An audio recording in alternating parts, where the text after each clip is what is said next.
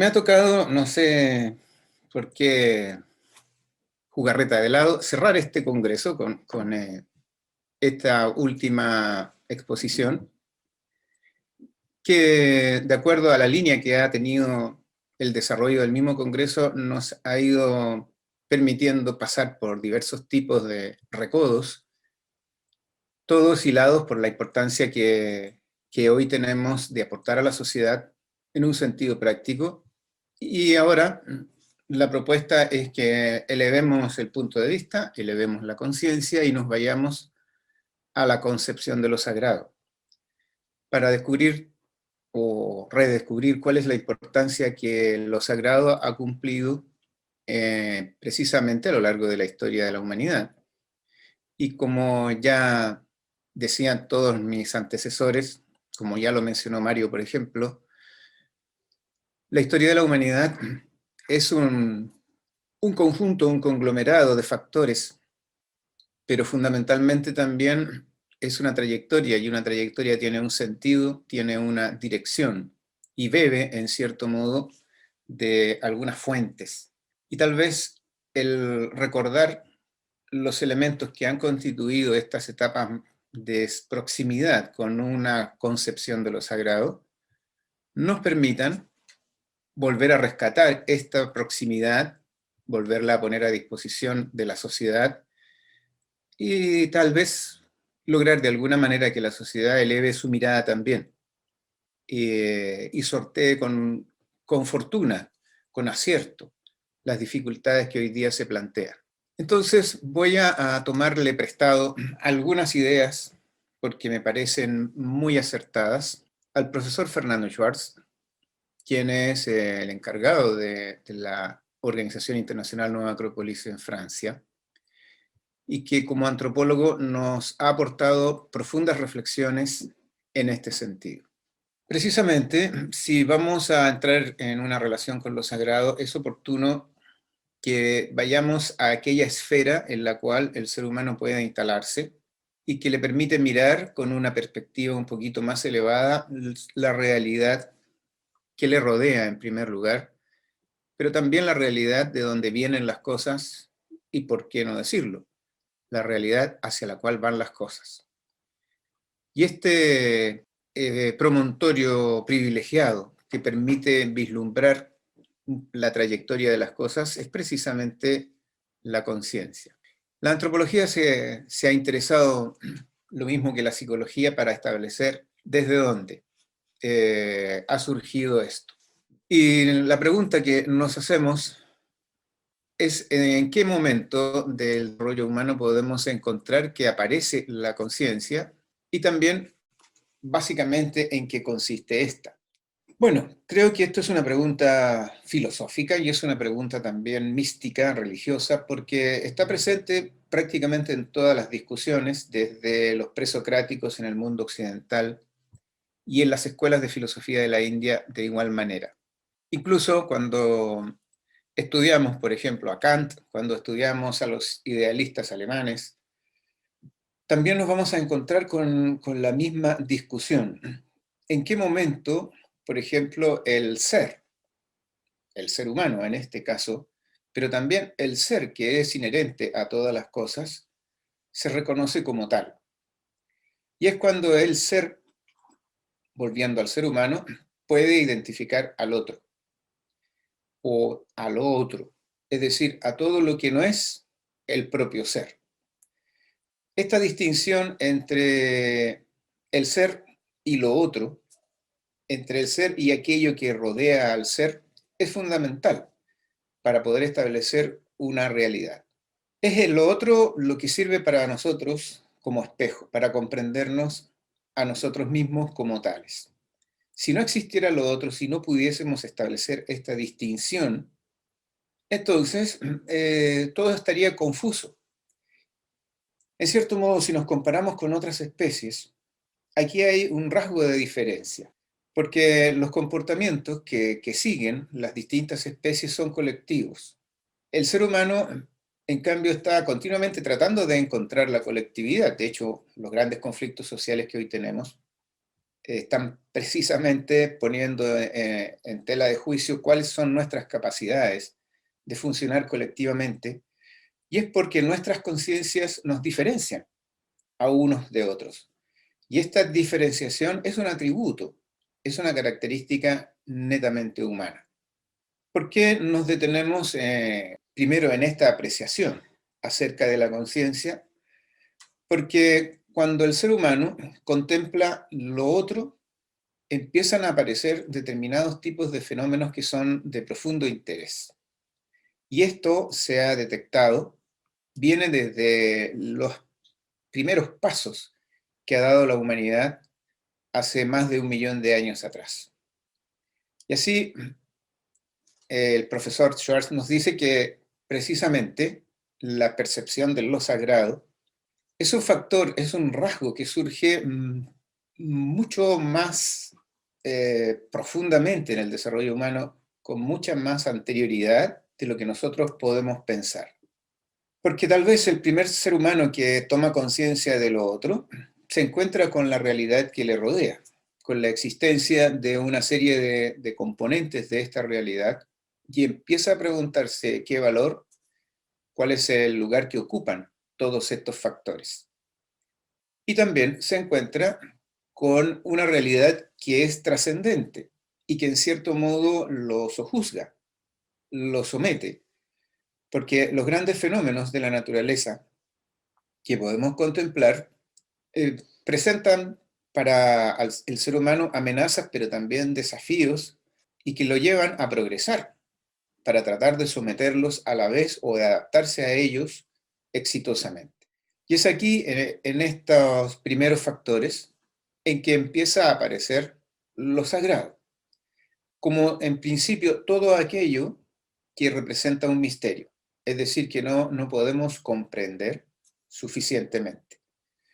Lo insondable, ese enigma que se presenta ante los primeros seres humanos, está, por ejemplo, en el cielo estrellado, en la infinitud de los océanos, en la dimensión incluso del horizonte, en el curso del sol, en muchos símbolos que sobrecogen y que obligan a que el pensamiento surja, salga de sí mismo y empiece a aceptar la existencia del entorno, más allá de la sobrevivencia, que generalmente se menciona como el único gatillo que ha permitido la evolución. Pero en verdad hay muchos más elementos aquí. Una de las cosas que la antropología en los últimos tiempos ha permitido establecer, por ejemplo, es que el ser humano posee un pensamiento de carácter simbólico que incluso antecede al pensamiento racional. Y así, si coincidimos en que el Homo sapiens ya es aquella expresión humana que establece el trazado hacia la civilización, nos encontramos que antes de la aparición del Homo sapiens hay un tipo de Homo que piensa, pero que piensa de manera simbólica.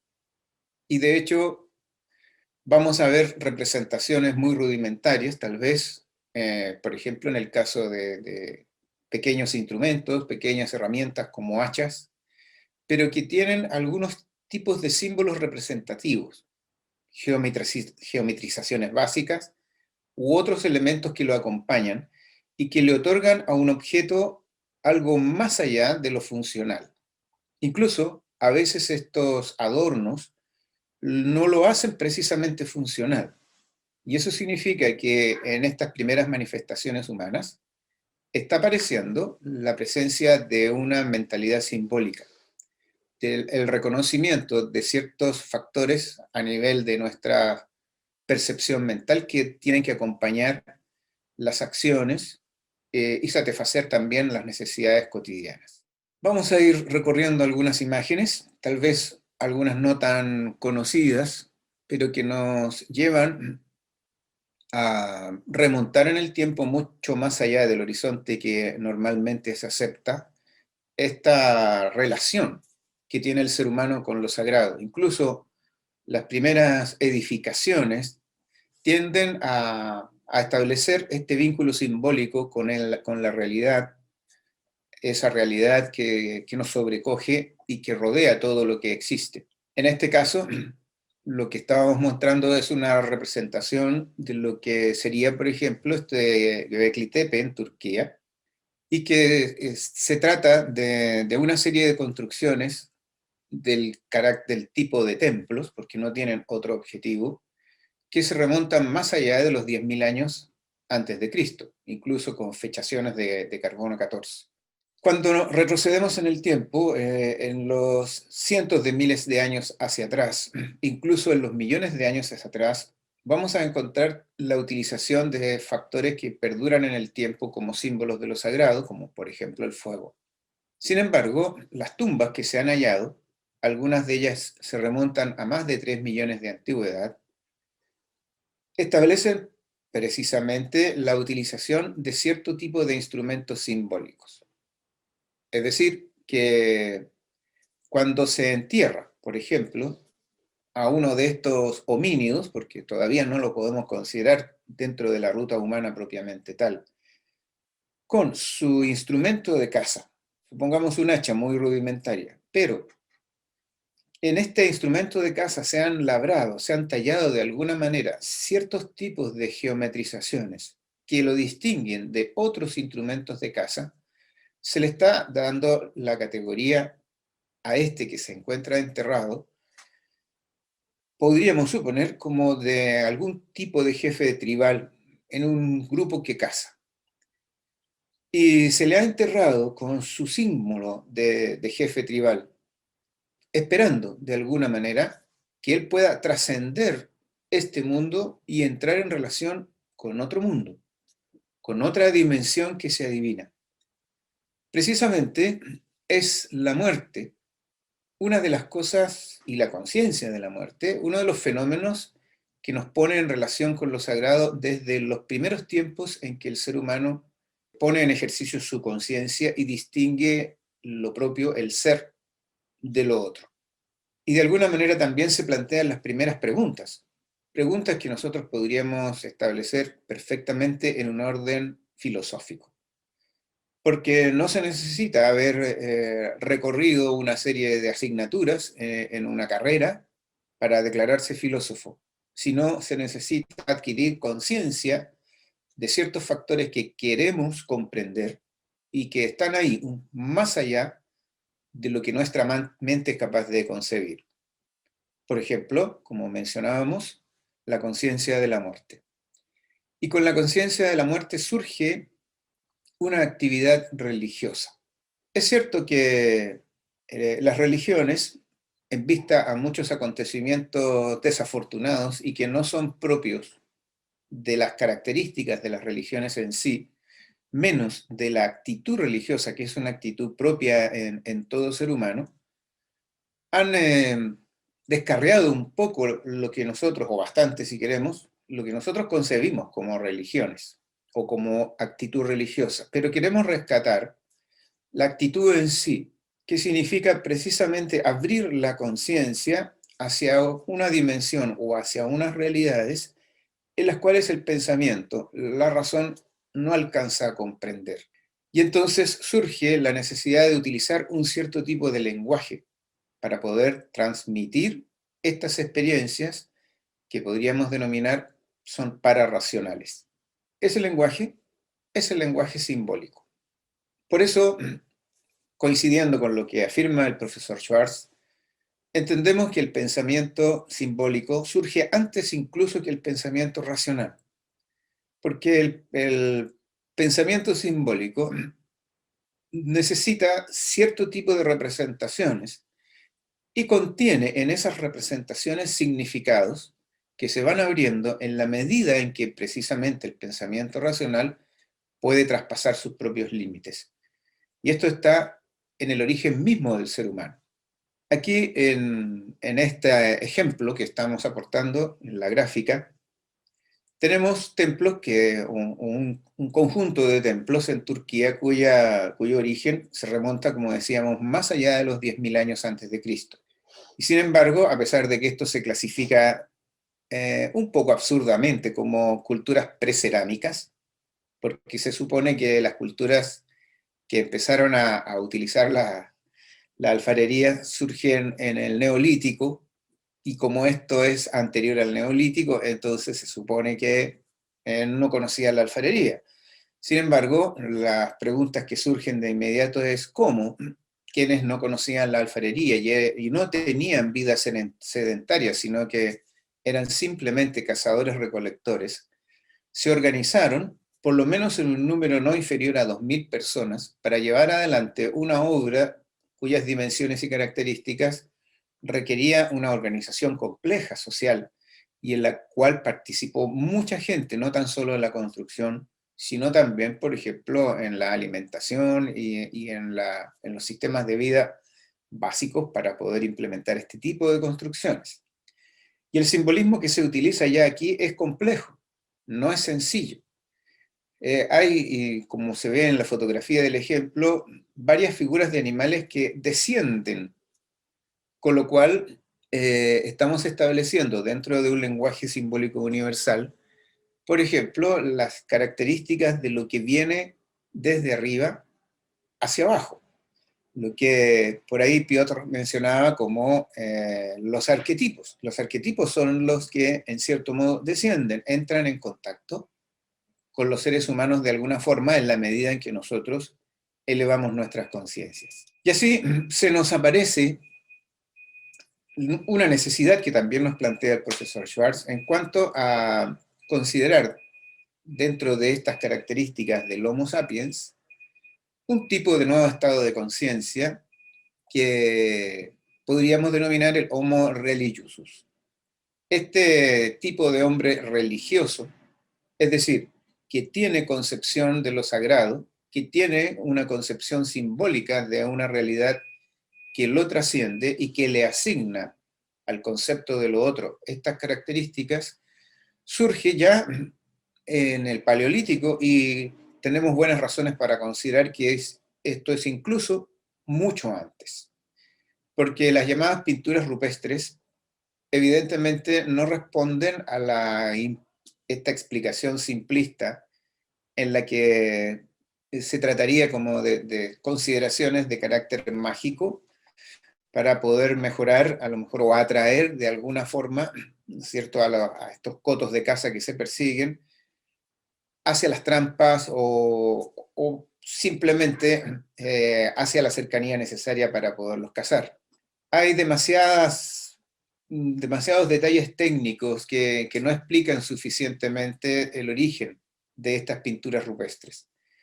Podemos mencionar las que se encuentran en Europa, pero también podemos mencionar las que se encuentran en Latinoamérica o en América en general, cuya antigüedad mañosamente no se quiere ceder más allá de los 11.000 o 12.000 años, cuando es muy probable que algunas de ellas trasciendan estas fechas en varios decenas de miles de años. Y entonces la técnica empleada representa una paradoja difícil de resolver para mentalidades que suponemos tan primitivas. Por ejemplo, aparecen ya aquí rasgos de manejo de la perspectiva, cuando en general en la línea histórica nosotros concebimos la perspectiva como algo que surge con los griegos, incluso más tarde. Hay entonces una necesidad desde los orígenes de entrar en contacto con un cierto tipo de dimensión. ¿Cuál es la necesidad? ¿Cuál es la importancia de lo sagrado, por lo tanto? Cuando definimos entonces esta importancia, nos acercamos a cierto tipo de realidades metafísicas en las cuales el ser humano siempre consideró de alguna manera un nivel de participación, un nivel de inserción. Y la cultura, en todas las civilizaciones, incluso en sus orígenes, va girando en torno a esta necesidad de participar de una realidad que está más allá o muy por encima de la vida cotidiana. Si vamos buscando en la línea histórica, en los orígenes de las civilizaciones, por ejemplo, este tipo de representaciones las vamos a encontrar siempre, inequívocamente, en todas. Y en la medida en que más se retrocede en el tiempo, más vamos encontrando aquello que los seres humanos consideraron perdurable. Solemos nosotros hoy día, desde nuestra óptica, interpretar el pasado, interpretar las antiguas civilizaciones como un conjunto, una minoría de explotadores que abusa sobre un sinfín de explotados. Y así le asigna, por ejemplo, a los explotadores eh, un tipo de estructuras perdurables para su propia vida, y en cambio los explotados van a tener que contentarse con una miseria, una forma de vida tan básica que el tiempo lo borra muy fácil. Y así se nos explica que en el Antiguo Egipto los palacios, los templos, estaban dados habían sido construidos, por ejemplo, para estos explotadores, esta minoría explotadora, y el pueblo, en cambio, se tenía que contentar con chozas que año tras año el Nilo barría, arrastraba y destruía. Llama la atención, sin embargo, que los palacios en Egipto no se han encontrado. Lo que se han encontrado son los templos. Es decir, no los lugares en los cuales se vive, sino los lugares en los cuales se asienta lo sagrado. Tal vez tanto las clases gobernantes como el pueblo propiamente tal participaban de la vida cotidiana en una dimensión similar, y todos en conjunto otorgaban a lo sagrado el auténtico valor que esto tenía. Durante cientos de años, en la medida en que Egipto representó un enigma para el ser humano, a partir de los griegos y de ahí en adelante, se consideró que, por ejemplo, ciertas preguntas no estaban resueltas, como cómo se construyeron las pirámides y cuántos esclavos, entre comillas, se tuvieron que utilizar.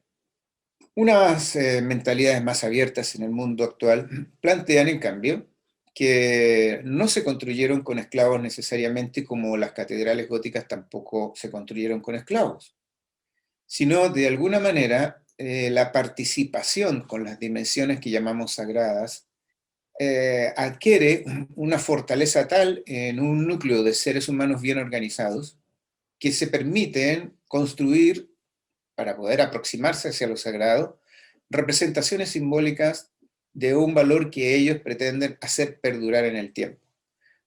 Todo lo que queda de las antiguas civilizaciones precisamente son aquellos monumentos que se han establecido para preservar lo sagrado. Es decir, para poder constituir una suerte de montículos en los cuales la conciencia se abre hacia esa dimensión que en términos generales llamamos sobrenatural, y que además recoge simbólicamente aquellos primeros fenómenos con los cuales nosotros nos encontramos y que están mencionados en esta diapositiva. Por ejemplo, el cielo nocturno, el sol y la luna, el movimiento de los astros, la misma Tierra y aquellos símbolos que se recogen en el medio ambiente. El agua, las montañas, los árboles, los rayos, incluso los volcanes. Todo esto viene a constituir una forma de comunicación, una forma de lenguaje con la naturaleza, que el ser humano acoge, incluso podríamos decir acoge festivamente, porque encontramos que hay calendarios sagrados en todas las antiguas civilizaciones y en donde los símbolos naturales se entremezclan con la vida de los seres humanos. Para no abusar demasiado de los egipcios, pero tomar un último ejemplo, la crecida del Nilo estaba vinculada profundamente con todo el desarrollo de la civilización, con su calendario, e incluso con todos los ritos y ceremonias que ellos llevaron adelante. Nos encontramos entonces, como para ir cerrando nuestro tema y atribuyendo algunas funciones a esto, con 4 funciones de lo sagrado. Estas 4 funciones están referidas, en primer lugar, al concepto del arquetipo, es decir, a esa capacidad de percibir que hay ideas que anteceden la existencia de todas las cosas. Para dar un ejemplo concreto, si un alfarero va a elaborar un jarrón, primero hay un diseño, primero hay un modelo. E incluso el nivel de satisfacción que se pueda tener con esto está en estricta relación con la proximidad que hay con el modelo una vez que está hecho el jarrón. Es natural dar una mirada al cielo y también al contemplarlo entender que el universo obedece a un modelo y que todas las cosas existentes obedecen también a modelos.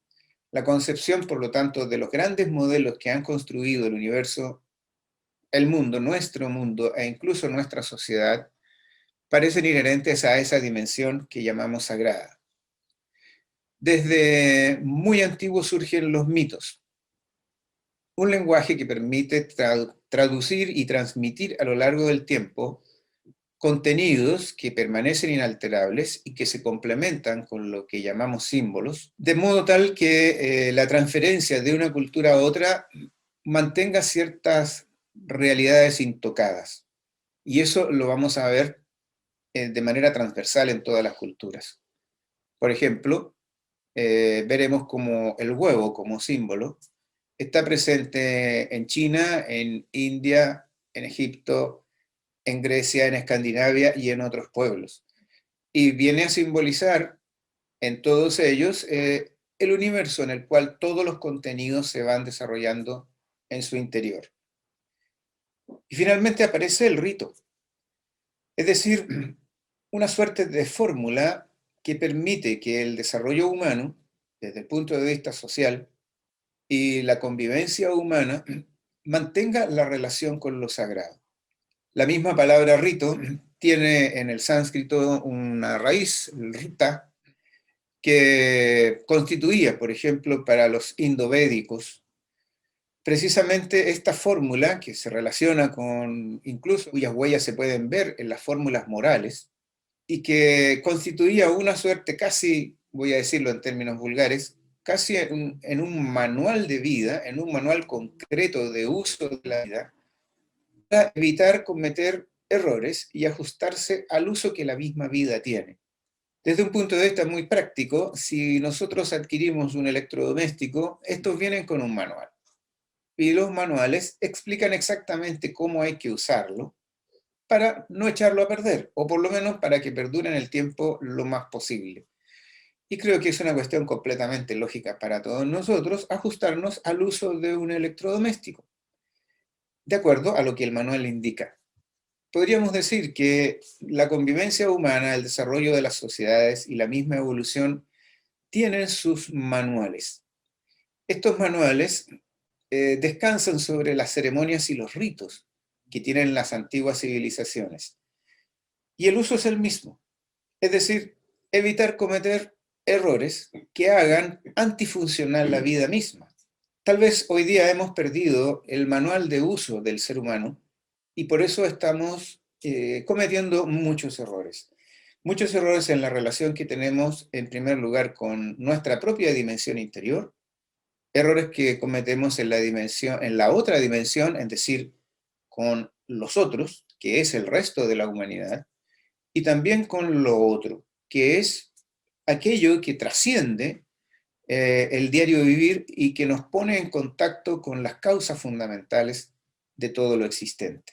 Podríamos, en nuestras indagaciones filosóficas, retomar el curso de los ritos y entender que los ritos, que son el cuerpo de un tipo de ceremonias que nos ponían como seres humanos en contacto con lo sagrado, al volver a representarse tal vez nos traigan esos viejos manuales en los cuales la vida se convertía en algo profundamente eficaz, precisamente porque obedecía a cierto tipo de normas que permitían ascender en una suerte de escala, porque esas fueron las normas morales, escalas para podernos volver a contactar con lo sagrado.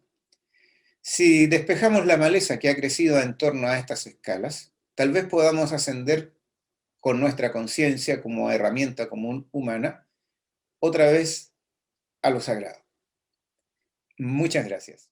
Si somos seres humanos conscientes de nuestra realidad y del mundo en que vivimos, ¿debemos contentarnos con ser meros espectadores o atrevernos a participar como actores para de alguna forma sentir que vivimos en plenitud al estimar que colaboramos para construir una mejor humanidad? Gracias, Andrés. Bueno, creo que voy a utilizar la pregunta para elaborar la respuesta, porque al plantear la pregunta, lo que se está diciendo es que existirían en realidad dos dimensiones de conciencia, la del actor y la del espectador. Y la verdad es que, como si somos conscientes como espectadores, por un lado, de nuestra realidad y del mundo en que vivimos, entonces nuestro protagonismo es prácticamente nulo. Pero si en cambio nuestra conciencia es la del actor, es la del que se siente protagonista de su tiempo, de su mundo y de la realidad en que vive, evidentemente va a desarrollar las herramientas necesarias para alcanzar esa plenitud de la que se está hablando y entonces colaborar para construir una humanidad mejor. Cuando hablamos de conciencia de actor, estamos hablando de algo que mencionó Leonardo ayer, responsabilidad. Podríamos decir que en la clave de la responsabilidad está el punto de unión entre una conciencia moral que entiende cuál es el rol que a uno le toca jugar y la puesta en práctica de las propias herramientas de desarrollo individual para que estas herramientas también estén al servicio de la sociedad, de la comunidad, como una suerte de sendero, de huellas útiles a seguir por otros. No tenemos que tenerle miedo a dejar huellas, no tenemos que tenerle miedo a sentar precedentes que permitan que la humanidad se vea apoyada, que adquiera conciencia de las contribuciones que se han hecho, tanto en el pasado como en el futuro. Es muy importante, por lo tanto, que nuestra conciencia de actores, que significa llevar adelante un alto sentido de la responsabilidad que a cada uno nos toca jugar dentro de la sociedad, nos permita precisamente ampliarnos hacia esa plenitud esperada. Por lo tanto, yo respondería en términos de este concepto, el concepto de ser responsables, tanto individual como social y naturalmente, para cumplir con el rol que a uno le corresponde. Si es así, el aporte a la construcción de una humanidad mejor será indudable. ¿Cómo reconocer lo sagrado en la vida cotidiana? Bueno, creo que a veces lo sagrado está más cerca de nosotros en la vida cotidiana y, por ejemplo, tienen que ver con nuestra capacidad de tomar decisiones por nosotros mismos. El ser humano posee una herramienta que ya, ya vislumbramos en la exposición acerca de lo sagrado y que es la intuición, lo que le permite percibir, captar aquellas realidades que escapan a su razón y que se encuentran por encima de él mismo. Pero esas realidades también están dentro de cada uno de nosotros y por medio de la intuición también podemos captarlas. Y como decía, una manera de entenderlo en términos prácticos es cuando tomamos decisiones, porque las decisiones, una vez hechas las evaluaciones correspondientes, sin embargo, son impulsos de nuestra voluntad. Cuando uno dice, finalmente, ya, voy a hacer esto, lo decidí. Está obedeciendo a algo que proviene de nuestro interior, que proviene de una dimensión que podríamos considerar auténticamente sagrada, porque está desprovisto de razonamientos y de factores intelectuales. Como decía Kant, en realidad la voluntad en estado puro, podríamos decir, es una especie de relámpago que desciende y nos impulsa a emprender acciones. Si vamos con nuestra intuición acercándonos a ese impulso, vamos a encontrar una vía, una beta, que nos conduce precisamente hacia nuestra propia sacralización y que además está inserta dentro de lo sagrado, eso otro que constituye el entorno de la realidad que nosotros concebimos. A través de estos contactos con nuestra voluntad, vamos a poder sacralizar nuestras acciones. Y sacralizar las acciones significa otorgarles a cada una de ellas sentido y finalidad. Si todo lo que hacemos tiene una finalidad y un sentido claro, entonces estamos imponiendo ese factor sagrado que está en nosotros a nuestro entorno, a lo cotidiano, a lo que nos rodea.